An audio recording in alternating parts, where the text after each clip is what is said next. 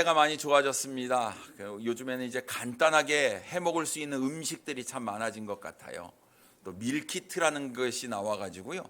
그냥 그것만 사가지고 짠 넣고 끓이기만 하면은 멋있는 음식들이 이렇게 나옵니다. 근데 옛날부터 이렇게 우리가 간단하게 먹을 수 있는 음식 중에 컵라면이라는 게 있었어요. 간편하게 뜨거운 물만 부으면 3분만 기다리면 맛있는 음식을 먹을 수 있게 됩니다.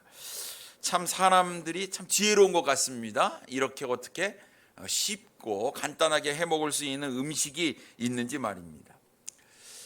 여기서 중요한 것은 뜨거운 물이라고 생각을 합니다. 예전에 정수기에서 나오는 물로 이 컵라면에 받아서 먹었던 기억이 있습니다. 근데 이 정수기가 이 뜨거운 물이 나오는 게 한계가 있는 거죠. 계속 나오지는 않습니다. 또 데워지는 시간이 있기 때문에 그렇습니다. 그래서 앞에 있는 분들이 이렇게 받고 저도 이제 그 물을 받았는데 느낌이 약간 이게 식었다, 미지근하다라는 생각이 들었어요. 3분 뒤에 라면을 먹어야 되는데 3분 뒤에 보니까 이게 미지근한 물이 들어가니까 라면이요 익지가 않고 불기 시작하는 겁니다. 그래서 이 불은 라면은요 사실 맛이 그닥 좋지가 않은 거지요. 우리의 믿음도 마찬가지인 것 같습니다. 우리가 오랫동안 믿음 생활을 했다고 해서 믿음이 반드시 좋은 것은 아니다라는 것입니다. 면발이 마치 익은 것이 아니라 불어버린 라면처럼 우리가 믿음 생활을 오래 하면 겉으로 보기에는 익은 것처럼 보이고, 하지만 실제적으로 우리의 삶의 모습, 우리 믿음의 삶의 모습은 아무것도 아닐 수도 있다라는 것입니다. 그래서 우리가 필요한 것이 뭐냐면 오늘 나의 믿음의 현주소, 나의 믿음의 상태가 어떠한지 늘 체크하고 점검하는 것이 필요하겠지요. 고린도후서 13장 5절 말씀에 보니까 너희는 믿음 안에 있는가? 너희 자신을 시험하고 너희 자신을 확증하라, 이래 말씀하고 있습니다. 그래서 늘 우리의 믿음을 체크하고 점검하는 것이 굉장히 중요합니다. 내가 오늘 믿음이 좋았다고 해서 내일도 우리가 믿음이 좋다는 보장은 없어요. 매일매일 주님과 함께하는 그 시간, 주님과 동행하는 그 삶을 통해서 우리의 믿음을 점검하고 체크하고 우리의 믿음이 더 성장하고 단단해질 수 있도록 우리가 노력을 해야 될 줄 믿습니다. 오늘 특별히 요한계시록 2장과 3장에서는 주님께서 말씀하셨던 7교회가 나오고 있는데요. 그 중에 한 교회, 라오디게아 교회를 통해서 오늘 우리는 미지근한 믿음을 버리라 라는 제목으로 함께 은혜를 나누기를 원합니다. 첫째로 열정이 없는 믿음 생활을 청산해야 합니다. 여러분, 아무도 모를 것 같지만 우리의 삶의 일거수일투족 우리 주님께서 다 알고 계신다라는 것입니다. 아무도 모르겠지, 아니요, 우리 마음의 중심까지도 헤아리시는 우리 주님 앞에서는 우리의 삶의 모든 것이 낱낱이 드러나게 되어 있다라는 것이지요.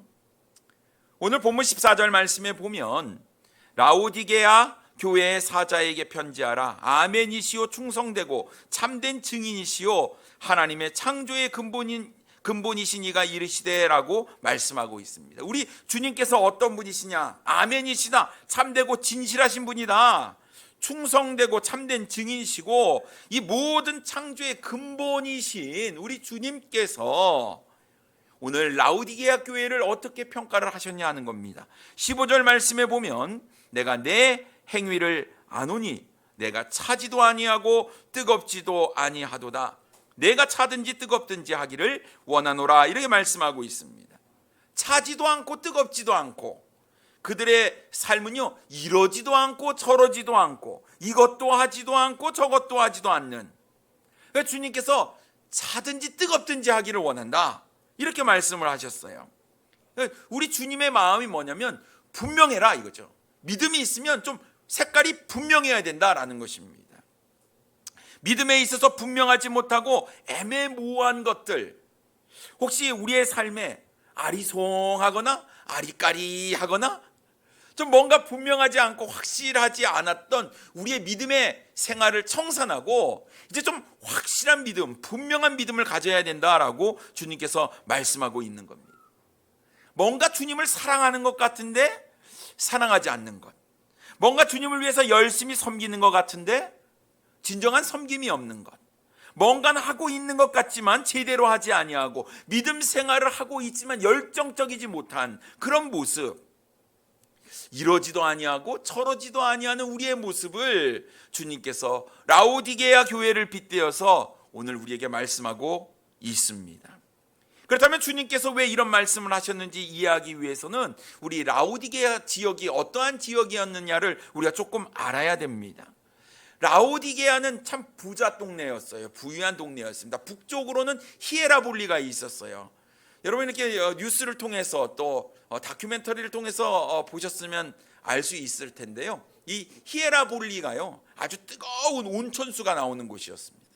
그래서 많은 피부병 있는 사람들이 이 온천수에 몸을 담그면요, 이 피부병이 낫는다, 이런 아주 그냥 효염이 좋다라는 곳이 이 히에라볼리였어요. 북쪽으로 약 11km 떨어진 곳에 이 히에라볼리가 있었습니다.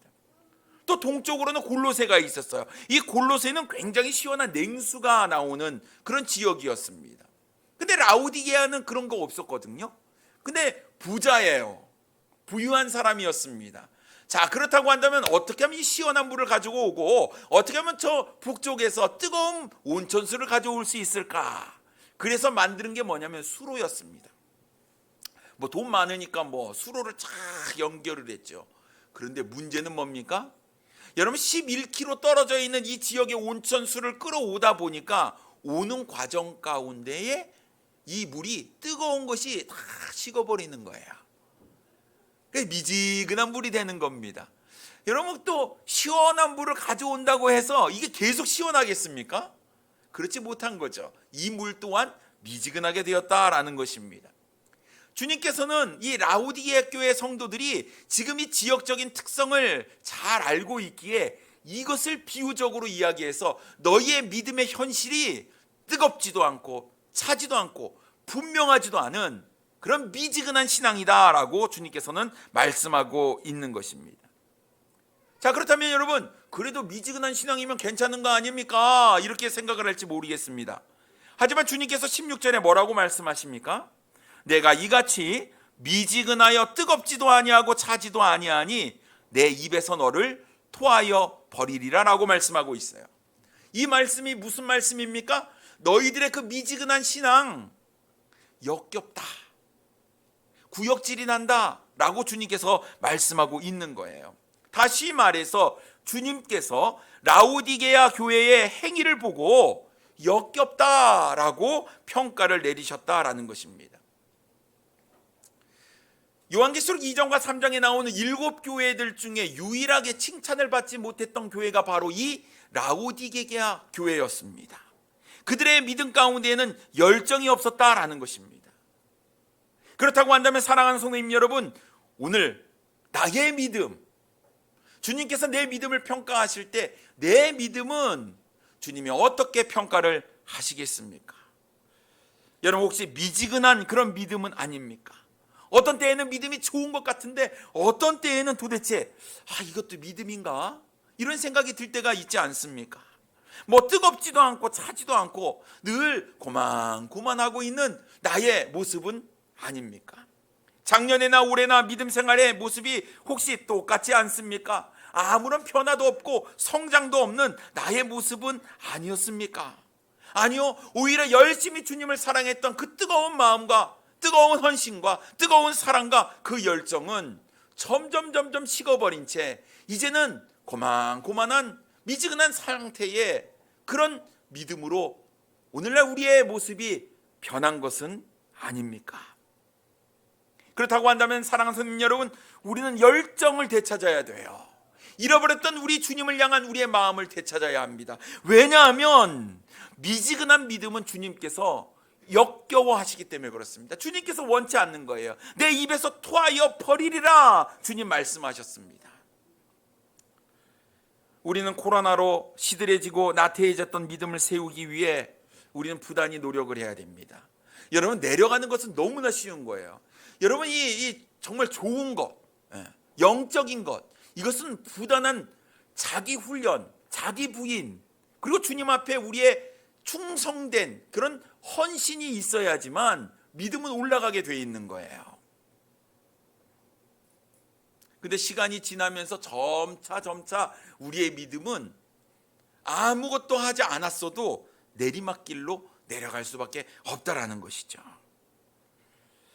고육지책으로 우리가 한 게 뭐냐면 우리가 큐티 모임을 시작했습니다. 줌으로 했어요. 지금도 열정적으로 끝까지 참여하시는 신실하신 분들이 계십니다. 정말 그분들로 인해서 감사를 드리고 정말 주님을 사랑하는 마음이 내 삶이 조금씩 말씀과 부딪히면서 내 삶에 잘못된 것들을 깎아내는 이런 과정을 통해서 조금씩 주님을 닮아가고 있는 모습을 볼 때 감사함이 있습니다. 뿐만 아니라 3월 달부터 우리가 시작했던 제자훈련 1단계 생명의 삶 15주 과정을 우리가 지난 주일 마치게 되었습니다. 시험도 봤습니다. 암송도 하잖아요. 독후감도 써야 됩니다. 구원간증부도 제출을 해야 되고요. 또 15주 과정 동안 배우고 깨달았던 소감문도 써야 됩니다. 오메 너무 숙제가 많아요. 하지만 여러분, 훈련이라는 것은 그런 과정이 있어야 되는 겁니다. 그래야지 믿음이 성장하지요. 여러분, 강한 군사가, 강한 군인이 그냥 되는 것입니까? 아니에요. 훈련을 통해서만이 되는 겁니다. 우리가 십자가의 군병이요, 주님의 진정한 제자가 된다면 훈련을 통해서 부단히 우리가 연습하고 노력하고 훈련 받아야만 성장할 수 있는 것입니다. 주보에 나온 대로 총 26분이 이번 과정을 마치고 수료를 하게 되었습니다. 얼마나 대단한지 모릅니다. 주님을 더 내가 알아가겠다고, 내가 주님을 더 배우겠다고, 주님을 더 닮아가겠다고 참여하신 분들입니다. 그 2부 예배 때 정말 감동이 될 것 같습니다. 참, 제가 너무 고지식하게 너무 강하게 했지만 그것을 다 인내하며 끝까지 하셨던 귀한 분들입니다. 2단계 때는 더 열심히 하시겠다고 소감문에, 나중에 홈페이지에 이 소감문, 구원간증문, 또 독후감 이런 것들 다 여러분 올리게 될 텐데, 여러분 이거 보시면서 그래, 나도 제자훈련에 참여해야겠다, 이런 각오를 좀 다지실 수 있는 우리 성도님들이 되기를 원합니다. 우리 제자훈련 반들 중에 이렇게 여러분에게 좀 훈련에 참여하세요 이렇게 얘기하신 분들 계시죠? 그런 이야기를 들으신 분들 계시죠? 들으신 분들은 제자훈련에 참여를 하시기 바랍니다. 얼마나 마음이 있어서 그렇게 하겠습니까? 근데 우리가 생각 가운데 내가 이 나이 먹어서 뭘 하겠느냐? 나는 암송이 기억이 안 나요.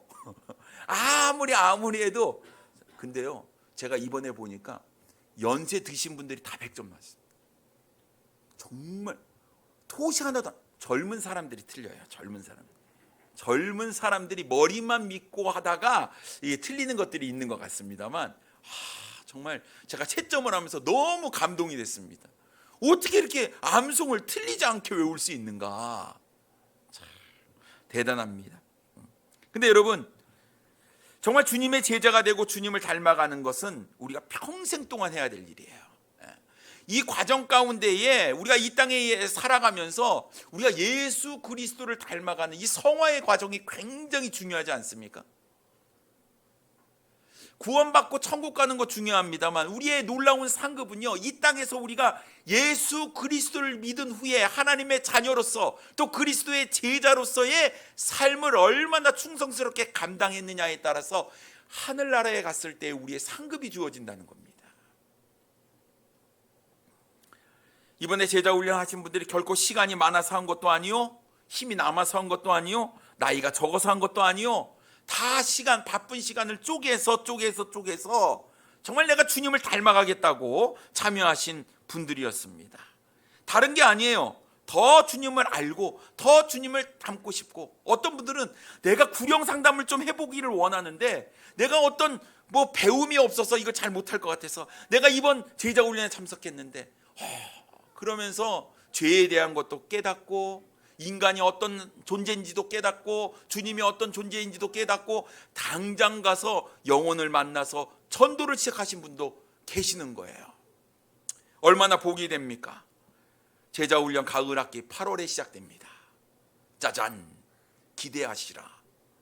여러분, 막 참여하고 싶은, 정말 내가 진정한 주님의 제자가 되고 싶은 그런 막 마음속에 열망이 막 샘솟지 않습니까?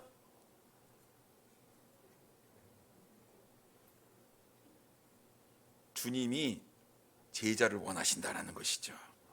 여러분, 주님은 믿음 생활을 우리가 설렁설렁 하라고 말씀하지 않으셨어요. 대충 적당하게 하라고 말씀하지 않으셨습니다. 제자가 되기 위해서는 자기를 부인하고 자기 십자가를 지고 주님을 따라가야 한다라고 말씀하고 있는 거예요. 무엇이 문제입니까? 자기를 부인하지 못하는 게 문제예요.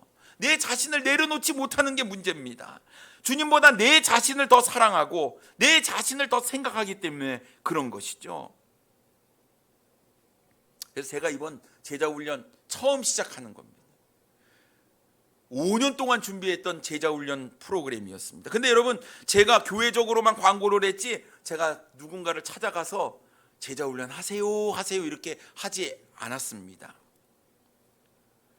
교회 직분을 맡으신 분들에게도 제가 이렇게 강권해서 이야기하지 않았던 이유는요, 제자 억지로 하는 것은 아닙니다. 자발적으로 하는 것이죠. 정말 주님을 사랑해서 헌신된 분들이 내가 하겠다라는 마음 가운데에 내가 결정해서 내가 결단해서 하는 것이었습니다. 괜히 시켰다가 나 안 하려고 그랬는데 목사님께서 시켜갖고 막 한 거예요, 이런 얘기 안 들으려고 제가 안 했습니다. 그런데 많은 분들이 참여를 하셔가지고요, 끝까지 최선을 다해 주신 것 참으로 감사를 드립니다. 여러분, 제자는 억지로 되는 게 아니에요. 자기 자신을 스스로 내려놓고 주의 말씀에 순종하는 사람이 되는 것입니다. 우리의 삶에 주님을 향한 열정이 사라진 이유가 무엇 때문입니까요?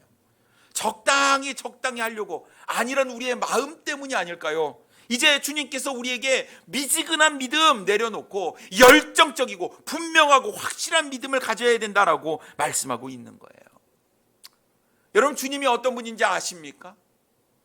여러분, 주님의 뜻이 무엇인지 아십니까? 여러분, 나를 구원하신 그 주님의 마음이 어디 있는지 아십니까? 우리가 더 주님을 닮아가야 되고 알아가야 되고 내 삶의 모습이 변해서 예수 그리스도의 형상이 내 삶 속에서 드러나기 위해서는요, 여러분, 부단히 우리 자아를 하나님의 말씀으로 쳐서 복종시키는 이 작업이 필요한 거예요. 이것이 바로 훈련이요, 우리의 삶 가운데 매일매일 지속돼야 되는, 그래서 우리의 삶이 세상적이지 아니하고 인간적이지 아니하고 이제 주님의 말씀으로 변화돼 우리의 삶의 모습 가운데 예수 그리스도의 아름다운 향기가 드러내는 삶, 이 삶을 우리가 살아야 될 줄 믿습니다.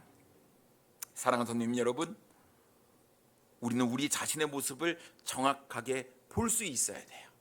나의 믿음의 지금 현 상태가 어떤지 정확하게 봐야 하는 겁니다. 여러분, 오늘 이 시간 우리가 예배하는 우리의 모습이 정말 뜨거움이 있습니까? 열정이 있습니까? 혹시 미지근해 버린 우리의 모습은 아닙니까? 적당히 편하게 주님을 사랑하고 섬기려고 하는 우리의 모습은 아닙니까? 만약 그렇다고 한다면 그런 상태가 곧 미지근한 믿음의 상태인 줄 믿습니다. 여러분, 적당히 하려고 하는 이 안일한 마음은 주님께서 토하여 버린다고 하신 말씀을 우리가 기억하며 이제 다시 이전에 열정적으로 주님을 위해서 충성하고 헌신했던 그 열정적이고 뜨거운 믿음을 회복하시는 우리 사랑하는 성도님들 되기를 원합니다. 두 번째로, 미지근한 신앙을 버리기 위해서는 우리 마음 가운데에 있는 이 교만함을 버려야 합니다. 라오디게아 교회는 물질의 부유함으로 인해서 부족함을 모르고 살았습니다. 17절 말씀에 보니까 내가 말하기를 나는 부자라 부유하여 부족한 것이 없다 하나라고 말씀하고 있어요. 라오디게아는요, 상류계급의 사람들이 많이 살고 있었습니다. 부유한 사람들이 많이 살고 있기 때문에 이 라오디게아 교회도 부유한 사람들이 출석했겠지요. 당연히 교회도 부유했습니다. 그들에게는 물질적으로 부족함이 없었어요. 모든 것을 잘 갖추고 있었습니다. 아쉬운 것이 없었지요. 그러니까 그들 마음 가운데 더도 말고 덜도 말고 이 정도가 딱 좋다라는 마음이 있었습니다. 그러니 여러분, 전도할 필요도 없는 거예요. 지금이 좋아요. 이 분위기 참 좋습니다. 가족 같은 분위기 참 좋습니다. 이 정도면 우리 교제도 좋고 가질 것도 이 정도 우리가 가졌으니 우리끼리 있는 것이 좋습니다. 이런 마음이 라우디게아 교회의 마음이었습니다. 새로운 사람이 있어도 별로 관심을 갖지 않아요. 전도에도 힘쓰지 않습니다. 하지만 여러분, 주님의 마음을 안다면, 잃어버린 한 영혼을 향한 주님의 마음을 안다면, 여러분, 우리가 얼마나 이 영혼이 중요한지 안다면 누가 오든지 말든지 우리가 어찌 관심이 없겠습니까? 왜 우리가 영혼에 대해서 관심이 없고 전도를 하지 않겠습니까? 그러나 이 안일한 마음, 나는 부유하니까 만족해 라는 이 교만한 마음이 교회가 사명을 잃어버리고 교회답지 않게 변해버렸다라는 것입니다. 라우디게아 교회, 겉은 화려했습니다만 속은 그렇지 못했습니다. 물질적으로는 부유했을지 몰라도 영적으로는 초라하기 그지없었지요. 17절 후반부의 말씀에 보면 주님께서 라우디게아 교회의 실상에 대해서 적나라하게 말씀하고 있는데, 내 곤고한 것과 가련한 것과 가난한 것과 눈먼 것과 벌거벗은 것을 알지 못하는도다 라고 말씀하고 있어요. 그들의 실상이에요. 모든 것을 아시는 주님께서 정확하게 보셨다라는 거예요. 겉으로는 화려하고 부유할지 몰라도 그들의 영적이고 그들의 내면은 공고했고 가련했고 가난했고 눈이 멀었고 벌거벗었다라고 말씀하고 있는 거예요. 근데 스스로 괜찮다, 이 정도면 좋다, 아무런 문제가 없다라고 생각하고 있다라는 것이었죠. 라우디게아 교회는요, 그 부유함 때문에 생명력을 잃어버렸다라는 거예요. 주님을 향한 간절함도 잃어버리고 말았습니다. 소망도 미래도 다 잃어버렸어요. 현 생활의 만족, 지금이 좋다라는 생각, 열정이 사라져버리고 말았습니다. 뜨거움이 사라져버리고 말았어요. 이제 내가 배가 불렀는데 어떻게 진리를 추구할 이유가 뭐가 있겠습니까? 이미 내가 배가 불렀는데 어떻게 의를 추구할 수 있겠습니까? 내가 이제 만족하고 더 이상 하나님도, 오히려 하나님 자리에 내가 올라가 있으니 어떻게 하나님 나라를 사모하며 십자가의 길을 갈 수가 있겠습니까? 그렇게 한다면 어떻게 하면 내 안에 있는 교만함을 제거할 수 있을까요? 오늘 주님께서 그 해결책을 분명히 말씀하고 계십니다. 18절 말씀에 보면, 내가 너를 권하노니 내게서 불로 연단한 금을 사서 부요하게 하고 흰 옷을 사서 입어 벌거벗은 수치를 보이지 않게 하고 안약을 사서 눈에 발라보게 하라라고 말씀하고 있습니다. 여러분, 이 라우디게아 교회가 자랑하던 세 가지가 있었어요. 그것은 부유함이었어요. 그리고 좋은 옷이었습니다. 세 번째는 안약이었어요. 하지만 이런 좋은 것을 가지고 있음에도 불구하고 그들은 영적으로 더러워졌고 벌거벗었고 눈멀어 있었다고 주님께서는 말씀하고 있습니다. 그런데 여러분, 이것을 고치기 위해서는 어떻게 해야 됩니까? 다른 것으로 할 수 없어요. 다른 어떤 것으로 할 수 없는데 오직 예수 그리스도로만 해결이 된다라고 성경은 이야기하고 있어요. 주님께서 여러분 3번이나 반복하며 말씀하신 게 뭐냐면, 내게서 사라는 얘기입니다. 내게서 불로 연단한 금을 사서, 내게서 흰 옷을 사서, 내게서 안약을 사서라고 주님께서는 내게서 사라라고 말씀하고 있는 거예요. 여러분, 사는 것은요, 값을 지불하는 겁니다. 그것을 얻기 위해서 내가 투자해야 된다라는 거예요. 저절로 이루어지는 것이 없다라는 것이죠. 그냥 편하게만 부담 없이 믿음 생활을 하겠다는 생각은요, 심각한 문제가 있는 것입니다. 예수님은 이렇게 말씀하셨습니다.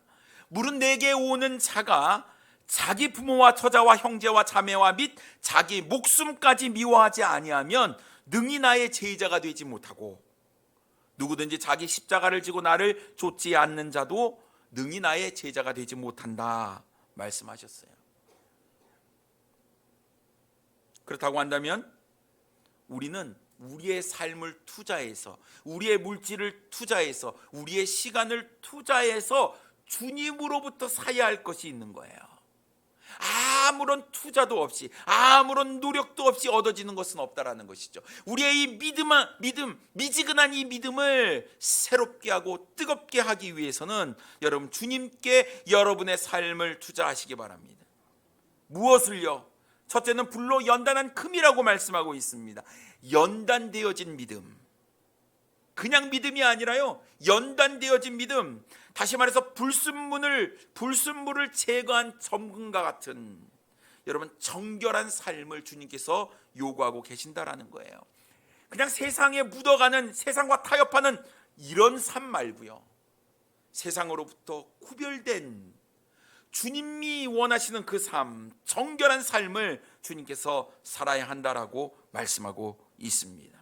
두 번째는 흰옷입니다. 흰옷은요, 거룩한 의의 옷을 이야기하는 것이죠.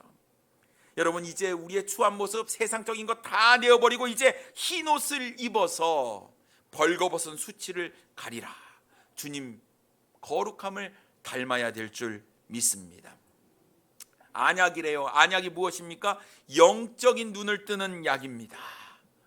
여러분, 눈이 가렵고 눈이 아플 때 안약을 넣는 것처럼 이제 너희가 영적인 안약을 넣어서 영적인 분별력을 가지라, 주님께서 말씀하고 있는 거예요. 무엇이 옳고 그른지 분명한 깨달음이 있는 분별력이 있어야 된다라고 말씀하고 있는 것입니다.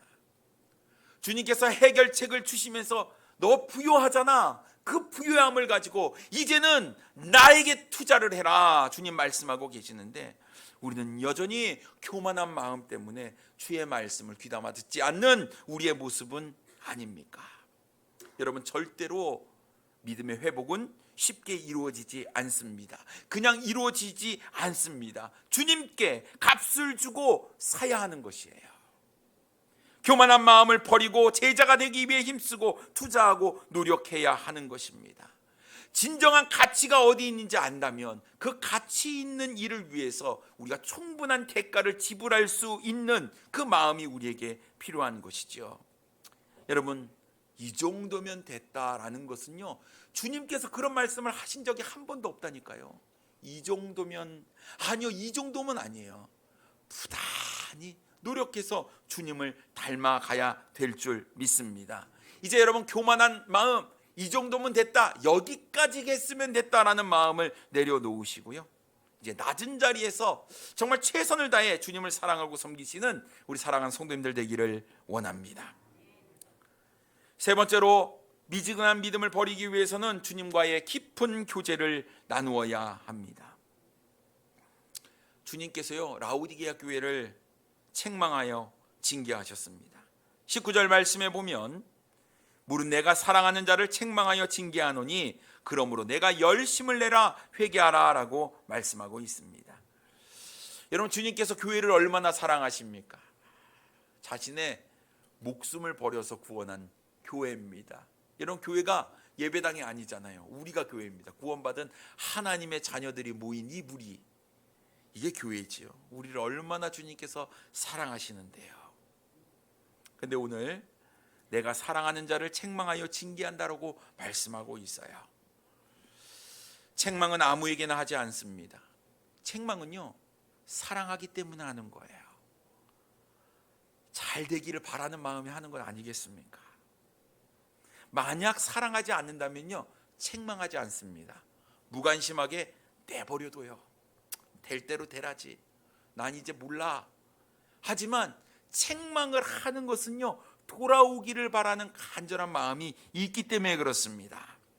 오늘 주님은 한 번도 칭찬하지 않았던 이 라오디게아 교회 사랑하셨다 말씀하고 있습니다.